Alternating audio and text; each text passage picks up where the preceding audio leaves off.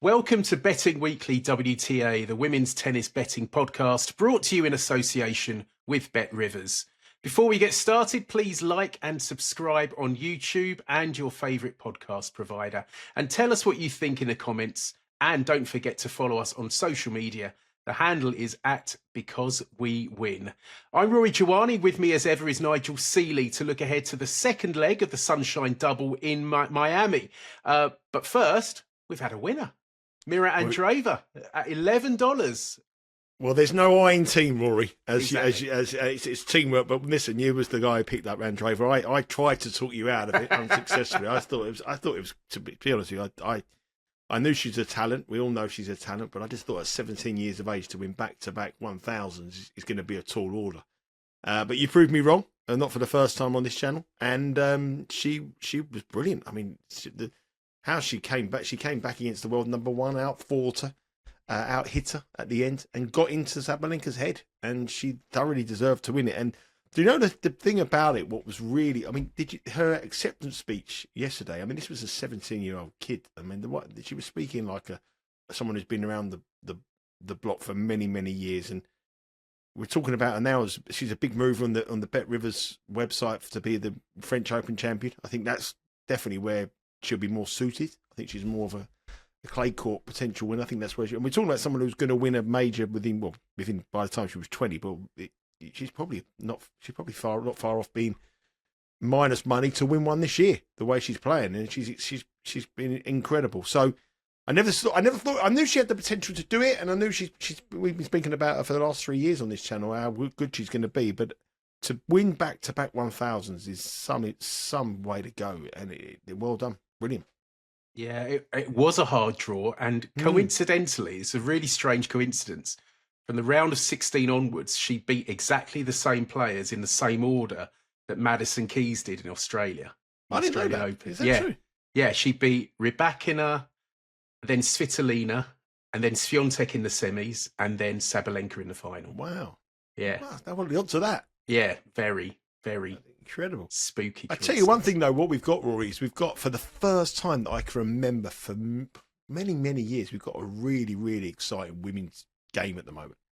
You know, we spoke about this show before, having a top four, and it was a top three. Rebecca's come in the top four. Well, you've got now like 10 or 12, and even further down the list who can go on and win these events.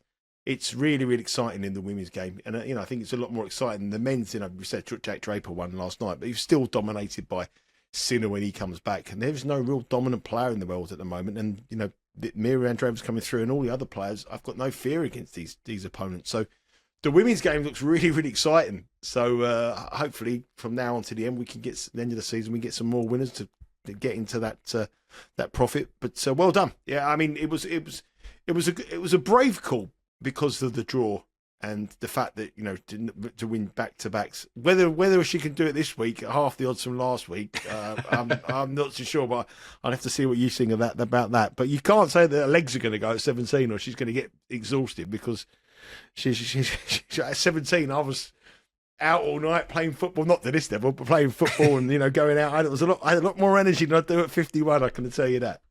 I know the feeling. I mean, with Andreeva, I think when I saw her win in Dubai, and the game that she had, I thought Indian Wells would be perfect for her. And the price was okay. The draw was hard. I probably would have had more on if she'd had an easier draw, but she might not have been as big a price. But I don't think she'll be $11 anytime soon for any tournament. So what price is she now? I mean, let's have a look what Bet Rivers have got her for. Let's look at the odds. I'm just going to go on their website here. Have a look what the odds are for the French Open, because that is going to be her thing, isn't it? I think French Open's going to be her slam.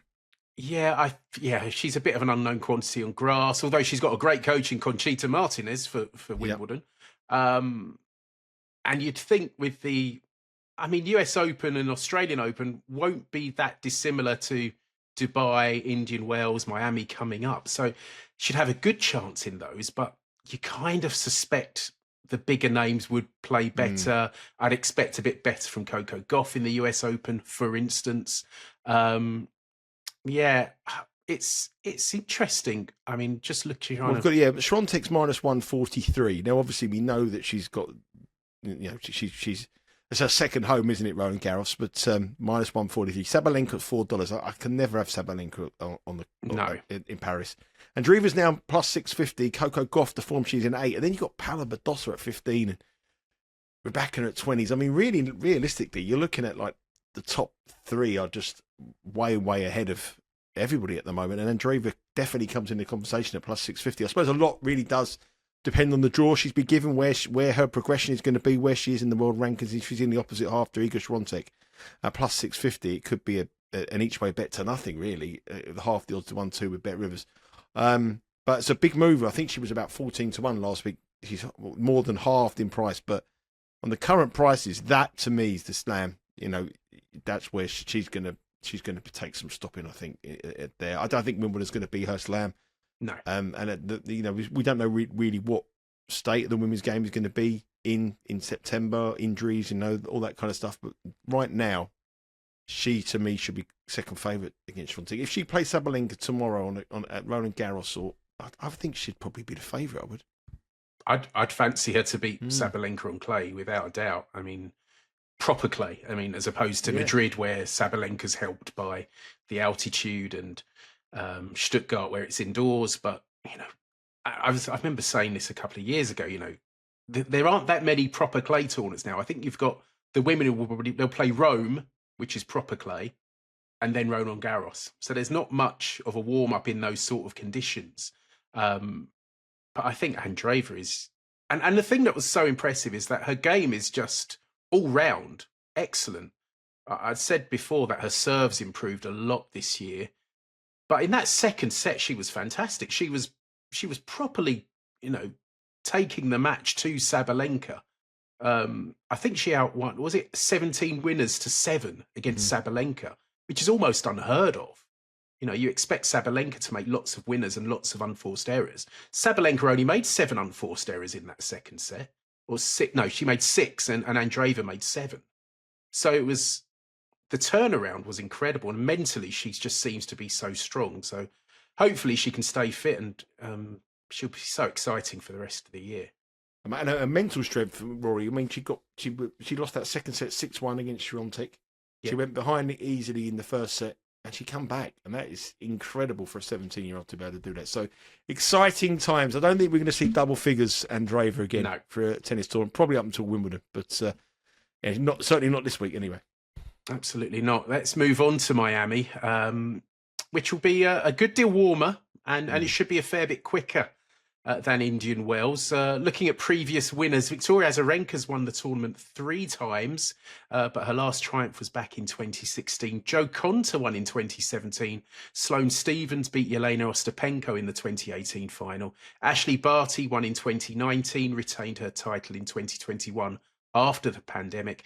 Iga Swiatek defeated Naomi Osaka in the 2022 final. Petra Kvitova landed Nigel a 100-1 winner in 2023. I was there that year. I was watching her warming up and commenting out how well she looked. It was amazing. But yeah, that seems like a very, very, very long time ago. After the week I've had here and the week I've had at Cheltenham Festival, that seems like a long, long time ago. 100-1 winner. Yeah, well, she beat Jelena Rybakina in the final, and Rybakina was the beaten finalist again last year, where Danielle Collins took the title from nowhere in what was supposed to be her final year. Obviously, she put off her retirement because she was playing too well. But Collins won in Miami, and then she followed up in Charleston last year. I mentioned it should be quicker. The service hold percentage at Miami has been 69.4 for the past 2 years. Definitely among the faster courts on the circuit. But the list of previous winners, and especially with Swiatek being in there, shows that it isn't exclusively a tournament for the big hitters and servers. And the one stat I heard which really surprised me, Aryna Sabalenka's never made it past the quarterfinals. Yeah. Which I found astonishing. I mean, what sort of player are you looking for here, Nigel? Well, I've been very fortunate to be there twice before in the last 2 years, and I'm going again this week. I'm heading out on Wednesday morning to go to the Hard Rock, to the Miami Open. And the one thing I would say, it is a quick court, and it's changed venue. It was in Key Biscayne, and when it was in Key Biscayne, it was a lot slower. We used to have a little bit of an insight because James Blake is the tournament director here, and I used to speak to James before the tournament was played, and I think it's all to do with the weather. I mean, when it's hot here, it plays really, really, really quick. And there are different court speeds on different courts. The main court is in the American Football Stadium, and it's covered very bit like Arthur Ashe. Really, it's covered by a lot of sunshine, and it's nowhere near as quick on the outside court. The grandstand court here is extremely, extremely fast. Some of the outside courts as well, and I've seen people literally, like people watching these matches, pass out with the heat and the humidity. It's going to be very, very, very conditions to Indian Wells. Extremely heavy. The balls are going to be heavier. It's a lake hole court. Its balls are heavier balls. The air is heavy. It's very, very humid. You're walking around, and it may say it's like about 80 degrees, but the humidity factor it feels a lot hotter than that as well. So it's humid, it's quick, and it's fast conditions. I think you need more. You need a powerful player. I think that the power players will be able to force their way through the weaker players who are the clay quarters here. And I think you've got to be looking for someone who can come through a draw. The other thing I don't think you necessarily have to have, I don't think you necessarily have to go for a favourite, because some of those people that you've mentioned there, Collins, she won it at any price she was. Kvitova won it 100 to 1. We had Kontu won it massive. Sloane Stephens won this as well at a huge price as well.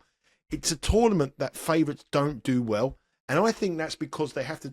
They come from Indian Wells where they've gone deep, and then they've come straight here, and it's such a quick turnaround. I mean, the final of Indian Wells only finished yesterday, and we're talking about a tournament starting tomorrow. I know that the seeded players have got to buy, but it's a very, very different, totally different conditions. And I think that change around makes some of these favourites vulnerable in the early stages. And we've only seen that in recent weeks. Swiatek's only won it once, but by her high standards, hasn't been that great. Rybakina is a sort of player that you would expect to win it, but every time she's got to the final, she's been beaten, and she's been heavy minus money in them finals as well. So she's the kind of player that if you looked at a player that was perfect for this conditions, it would be Rybakina. But could we trust the prices? And as you said, Sabalenka, another player that you would expect to do well here, never ever got past the quarterfinals. So I think, don't rule out a shock, especially a shock finalist. There's been shock finalists many occasions in this draw, shock winners as well. The underdogs have had a really, really good record in the finals. And I don't think this is anywhere near a given or anywhere near the way that the Bet Rivers have priced this up, with the top two dominating the market. We'll just, before we look at the odds, we'll just run through the draw quickly. If the quarterfinals go according to the seedings, and as you mentioned, Nigel, the 32 seeds get a bye through the first round. The quarters would be Aryna Sabalenka up against 7th seed Jelena Rybakina, Coco Gauff against Yasmin Paolini. In the third quarter, be Emma Navarro up against another American, Jessica Pegula, and in the bottom quarter, Iga Swiatek against Madison Keys. But there are a host of dangers outside of those names. In Q1, I thought Donna Vekic played pretty well at Indian Wells, and she's got a very good record against Sabalenka. They could meet in the round of 16.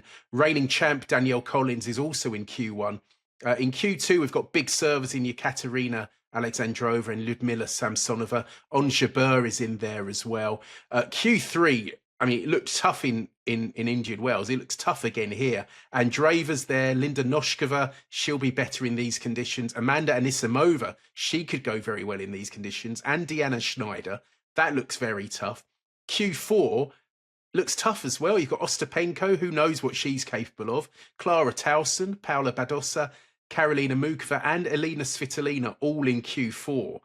I mean, just looking at the draw, I'm leaving the bottom half well alone here. Well, if we go into the start at the top of the draw, Sabalenka is the market favourite, but I still don't think all is well in the Sabalenka camp. And I know she got to the final last night, but did you watch her speech after? Yeah. Did you think that she was? Did you think that was false? Did you think that was just all a little bit? Because she was quite aggressive in her manner. She was quite in her box. She was making it out to be a joke, but I'm not quite sure whether that was a joke. If it was a joke, I wouldn't be the way she spoke to Andreeva. I thought she was quite condescending for a young girl. She's number one in the world. I wasn't really impressed with her attitude, and I haven't been impressed with her attitude since she got beat by Madison Keys. And I'm not sure whether all is well in that camp at the moment. I think she goes to these kind of matches and thinks she can blow everyone away. And if it doesn't work out, I don't think she's got a plan B.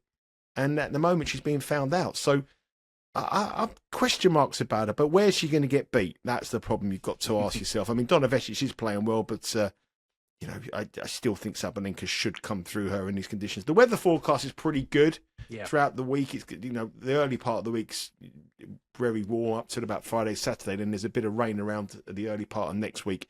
So you would expect this to be quick. It's around about 80 degrees, so that would make it fairly comfortable, which would suit Sabalenka. But she has to play Rybakina. You're talking about the people in that top that number one quarter. And I said last week before we filmed that I thought Rybakina would be somebody that I would want to be with this week, because I do think that she will win this tournament. I think before she retires, I mean, she should have won it the last couple of years. It's perfect for her game here. And she's plus 1,300 to win this, and Sabalenka is plus 280. If I was looking for someone in that quarter to go through, it would be Rybakina, because if Rybakina played Sabalenka, I don't think that would be much far off a pick and match. Slightly, not only a favourite for Sabalenka, but nowhere near the difference between the outright price here at plus 280 and 1,300. I don't see any problems for Rybakina getting to the quarterfinal where Sabalenka comes in it. The reason I'm not putting up her as a bet is because of the way that she got absolutely blown away last week by Andreeva 6-1, 6-2. That is a huge, huge psychological blowout for Rybakina.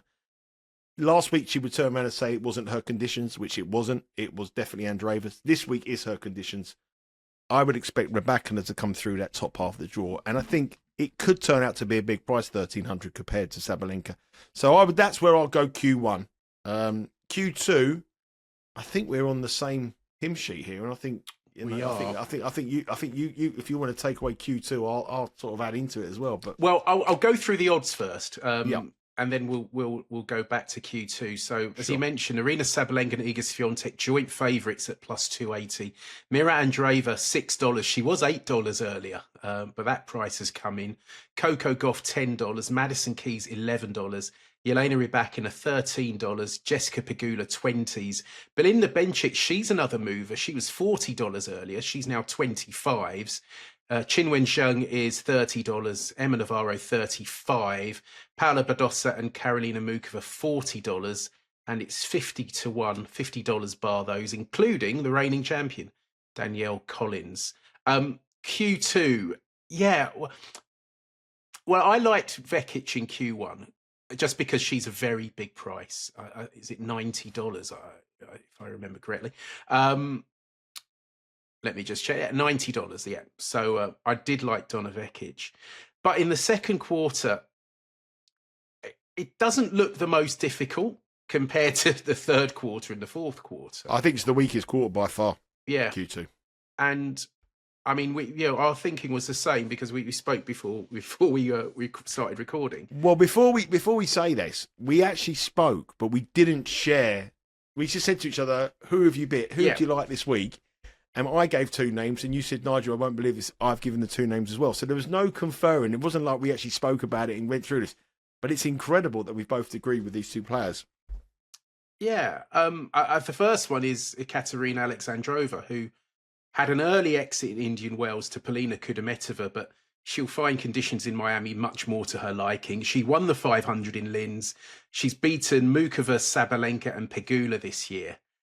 And if she gets going, she can come through that quarter and she can go a long way.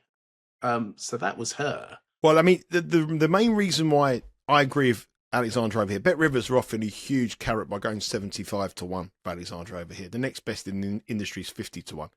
75-1 is a massive, massive price for Alexandrova for the reasons that Rory said there. The main reason that I want to get with this player and the other players, the fade of Gauff and the favour of Paolini. Gauff to me is not at all at it at the moment, and it's incredible. When she started the season in the United Cup, she was unbeaten going into the Australian Open. She looked like she was doing really well in the Australian Open. She ran into Badosa, had a really bad day at the office, and ever since then things have gone bad. She got beat by Kostyuk in Doha, Kessler in Dubai, and Bencic in Indian Wells, and in a hard-fought match. And that was not far off a pick and match, that match. They both started around about minus 110 each. It was a 50-50 call. And that was on a conditions that Gauff is suited to. So that shows you that the market doesn't like Goff whatsoever. So if Goff was a pick-em match against Bencic in slow conditions, which suited Goff, what's she going to be like here, where it's not going to be ideal for Goff here? And Bencic is 25 to 1 to win the title, and Goff is 10. So that the Goff price is the wrong price in the outright market. So I'm fading Goff. I also got to fade Jasmine Paolini. I mean, last year she was fantastic, but this year she's had some really bad defeats. I mean, she got smashed by Ostapenko in Doha 6-2, 6-2. She got beat by Kenin 6-4, 6-love in Dubai, and then she got beat last week by Samsonova 6-love, 6-4. And again, this isn't going to be her. Even though she got to the final of Wimbledon, she's much more suited to the slower conditions. So the Paolini and Goff are the two high seeded players in this draw, and Goff will run into Kvitova in round 2 if Kvitova beats Kenin, and Kenin obviously beat Goff only a few weeks ago. So they're the two fades, and it just brings Alexandrova in massively to me. She's got a very, very winnable section. She'll be due to play Kvitova or Goff if they get that far in the last 16. And her record in this tournament, as well as her record this year, is phenomenal. She got to the semi-finals last year. A couple of years ago, she got beat by Iga Świątek in the semi-finals. And then she got to the quarterfinals the year before that. So quarterfinalists and a semi-finalist in the last 2 years. Now in the bracket, she's got points to defend. She's 20 in the world in a very, very open year in a tournament where you do get shot winners. Alexandrova at 75 to 1 with Bet Rivers is my... I was going to go a half point each way, but if you're going to go for a quarter point each way, we'll just do it as a joint half point each way selection, yeah? So we go half a point each way on Alexandrova at 75 to 1. I think Sabalenka's a fade in the top half. She could play Rybakina, or you might even get both of them beaten. But the reason for this pick, and the reason for the next pick as well, is purely and simply because Goff and Paolini are taking up too much of the margin in that quarter. Goff is taking too much. She's never a 10 to 1 shot. She could go on and win it, don't get me wrong. But the way that the ratings her in the matches that she's played last week, she should be nearer a 20 to 1 shot to win this tournament than a 10 to 1 shot. And I think the market's too strong on Goff. Yeah, and the other one is in that section as well, and it's Lyudmila Samsonova, who, you know, I thought played really well at Indian Wells in conditions which would not have suited her at all. She beat Daria Kasatkina, a match I wouldn't have expected her to win. And then, as you say, she beat Jasmine Paolini very comfortably. And then she fell to Arina Sabalenka, you know, no disgrace, the world number one. And she's $60, Samsonova, which again, I think is a very big price. I'm a little bit surprised by that because I think Alexandrova has a better chance than Samsonova. I think Alexandrova should be a 50 to 1 shot and Samsonova should be 55 or something like that. I believe Alexandrova, with her record here, has got a better chance to win it.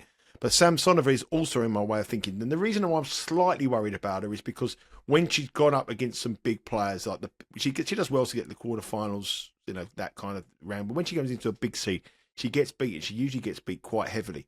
She got beat 6-2, 6-3 by Sabalenka last week. She got beat 6-love, 6-4 by Jessica Pegula in Dubai. That's a slight worry for me. So has she got a mental block when she goes up against like the real big players? But looking at that draw, she might not face any of them. I don't think she's going to face anybody until she can get into the semi-finals, and then we're one match away from a place at a big price. So I don't think she's going to have many problems. She's got to play. Well, she's got to play Osaka potentially in round 1, which would be a bit of a problem. But she'll be favourite there, or will she probably pick a match Kazatkina? But I do think that's a winnable section. But I'm going to go with you. I'm going to have another quarter point each way on Samsonova here at 60, but I actually do prefer Alexandrova at the odds at 75 to 1. I think she's a better bet than Samsonova. Okay, so we'll make that a half point on Samsonova as well, as we both like her. And I'm just going to have a quarter point on Donna Vekic at 90. I mean, the price is big enough for just a quarter point to be fine. Let's look at the bottom half. It's not too much to say, really. It's just the third quarter, as I said, I ran through the names in there. Looks impossible. Well, Q3 is all about Andreeva, isn't it? I think the whole thing about it is as she's going to have so much media attention. I mean, she's gone to Indian Wells and she's going to have media attention. Now the world is looking at her, everyone. It's going to be an incredible thing. The crowds are going to be expecting something from her, and she's a young girl, so she's got to keep her feet firmly on the ground and whether she can do it.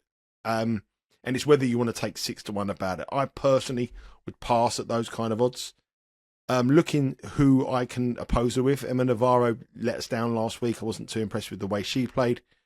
The one player who I've seen play here, and I saw her play a couple of years back, and she liked the courts, and she's got a style that I think could do well here. But more likely in match bets rather than the outright miles is Potapova. She isn't having the best of years. She got beat by Madison Keys last week. Very easy, 6-3, 6-love. But in a weak kind of section, I think she may be able to be someone you want to look at for match bets. But in Q3, I really... Andreeva on paper, yes, but who are we going to find? Schneider, not playing good enough. Anisimova, yeah, she's the interesting one for me. She would be the interesting one, Anisimova. So that would be the interesting one. And Noskova as well. I mean, I think for Andreeva, the thing I'm against, main reason I'm against her here is just the speed of the courts. I think they're going to be just a little bit too quick for her. Yeah. I thought she won Dubai almost in spite of the speed of the courts rather than because of them, which is why I thought she was a good bet for Indian Wells. I think at Miami, that brings in the likes of, Anisimova and Noskova, I think both have, perfect conditions for their games.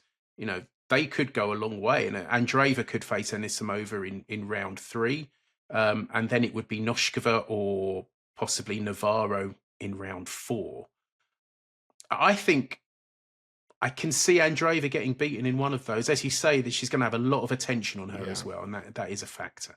I think she's a fade this week. I did say it last week, but you were right to ignore me. But I think it's very. I don't know. There isn't many people who've done the Sunshine Double. Is there? I think Serena Williams might be the only one you have to go back to. But it's very, very hard to do it. Yeah. And it's virtually impossible for a 17-year-old to do it. And then that'll be their third successive 1,000. Now that's just dominance. And however good she is, I just think this is a little bit too far in conditions, as you say, that aren't going to be ideal. And even at 17, she's an 11-match winning run now. She's going to be tired. If she was being offered at 12-1, then maybe. But at 6-1, 3-1 to make the final, I think it's a little bit of a tall order. So I would be looking to fade her. And, I agree with you. And Anisimova would be the one that I would probably go for. Noshkova's got a chance. And in Q4, I want to fade Keys. I know the conditions. Do you? Yeah, I don't think she's ever winning a major again. I think she's had her day. I'm all over her for Wimbledon. All over her for Wimbledon. Nah, not for me. I'm not 11-1. I'm not 11-1 to win this tournament. Nah, I'm not. No, I wouldn't be. I'd rather make Clara Towson at 70-1 or whoever she is. Yeah, she'll be suited by it. Her serving stats have been off the charts. I think if you offer me now 71 Clara Towson or 11-1 Keys, I think I'd definitely have to take 70-1 Clara Towson. I mean, in that bottom quarter, Towson's very interesting. I think Keys is still worth a chance, although she did go deep in Indian Wells, so she's never been the most robust physically, but of course, before the Australian Open, she won the week before and then won the Australian Open. You've got Swiatek in there as well, plus 280. Obviously, she's won it here. I would fade. Swiatek would be my idea of a fade, just because of the conditions. And I don't think she's playing at her best. And one thing, that semi-final against Andreeva, I didn't think Andreeva was at her best in that semi-final, but she still managed to win. Andreeva played better when she beat Swiatek in Dubai than she did in Indian Wells, but still managed to beat Swiatek. And I think with Swiatek, I might have said this before, but she's a little bit of what we call in cricket a flat track bully. When she's up against inferior opposition or players who are not in form. I mean, she destroyed Karolina Mukova in Indian Wells. She'll be baking, she'll get the bagels and the breadsticks.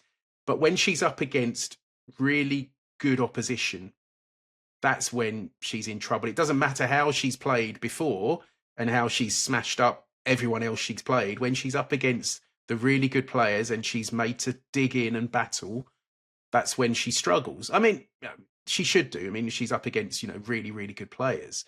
But even though everyone seems to overreact when she's getting the bagels, like the odds, she's often, like she was in Doha. She was pretty quickly favourite there, and her price is slashed really quickly because she gets these eye-catching results. But it's not really going to reflect what happens later on in the tournament, if you get what I mean. And also for Iga Świątek bettors, the name Helena Ostapenko is in that fourth court, and that'll if you're taking plus 280 and Ostapenko beats Keys, you will be slightly worried about that. I don't think that will happen. I don't think it's going to be her kind of week. I think it'll be too hot. She's got to the final in Miami before us. I watched her play Paolini here. I think it was a couple of years ago, and her conditioning was bad. You have to be really fit here because it's an endurance test. It's so hot, humid, and it's hard to just sit and. I know how hard it's hard to sit and watch it when you're glaring sun. So to actually playing it, what it's going to feel like. And Ostapenko wasn't in the greatest condition at the time, so I would be. I'd be slightly worried about her, but I think Clara Towson, this could be her. I mean, the amount of aces that she I don't think any player on the women's tour's banged down more aces than Clara Towson this year. So if her serving game's at it, then she's going to cause problems. So I think a 70-1 compared to 11-1 Madison Keys. I'll take Towson to come through that section. But I'm just going to go for the two bets, Rory. I mean, I'm thinking about putting Towson in as well, but yeah, if you're going to go quarter of a point each way, we'll go quarter of a point each way. Towson at 70. Yeah. We've got the 90-1 shot in Donna Vekic, and we both got a half a point each way on them. We're just fading the big. Was it the big four now? Big five now? Six now? What is it now? It's 6, isn't it, with Madison Keys? But yeah, I think there's a big 20, and that's the difference. I think there's a lot. It's a wide open women's world of tennis at the moment, and anybody can beat anybody, and that's highlighted by our picks there. But I thought it was quite staggering that we actually both went for the same two players without even realising that. Yeah, that was spooky. So, most of the time, our thoughts coincide. We don't tend to go so well. So hopefully, it's different this time. But they're big prices, and I think and small stakes at big prices. I think is the way to go in this tournament. Especially the last two winners have both won it at triple figure prices. So anything can happen. Absolutely. So we'll just run through our picks really quickly.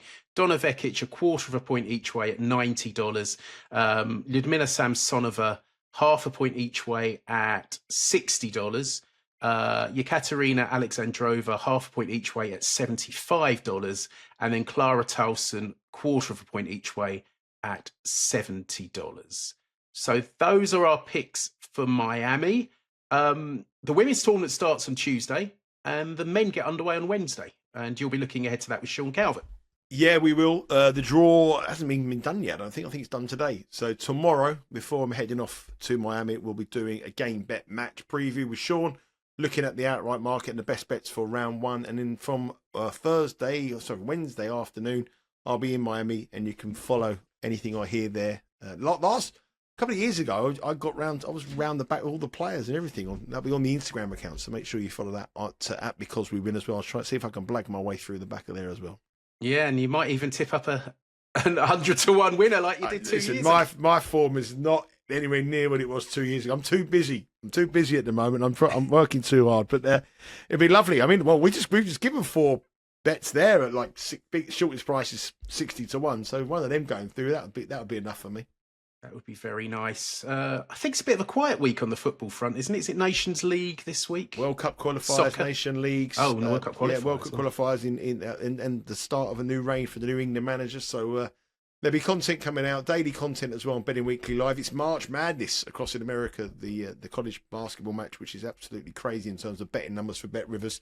We'll be having that covered on Betting Weekly Live with Doug Kazir and lots of all the other guys coming on. I think you're on Betting Weekly Live this week or next week as well, doing some WTA stuff. I'm on tomorrow. Tomorrow. So that will be looking at some first round matches in Miami. So I need to get studying on that. Check out the schedule, which it looks like it's already out. Actually, no, hang on. That's qualification. That's today. Tomorrow. No order of play yet for tomorrow. But there'll be a lot of matches to look at. But I'll get it down to 4 or 5 and hopefully pick out some winners in that one. So thanks again, Nigel. No problem, mate. It's been fun as always. We are going to tune into Miami. Of course, you can bet in play. You can watch all the action live with Bet Rivers and tell us your thoughts on the tournament. Who do you think is in for a good deep run in the Sunshine, the second leg of the Sunshine Double, and hopefully we can cash some tickets. Join us again for more. It'll be next week, it'll be a couple of weeks. God, I'm not even sure when the next tournament is, but next time, join us again for more Betting Weekly WTA.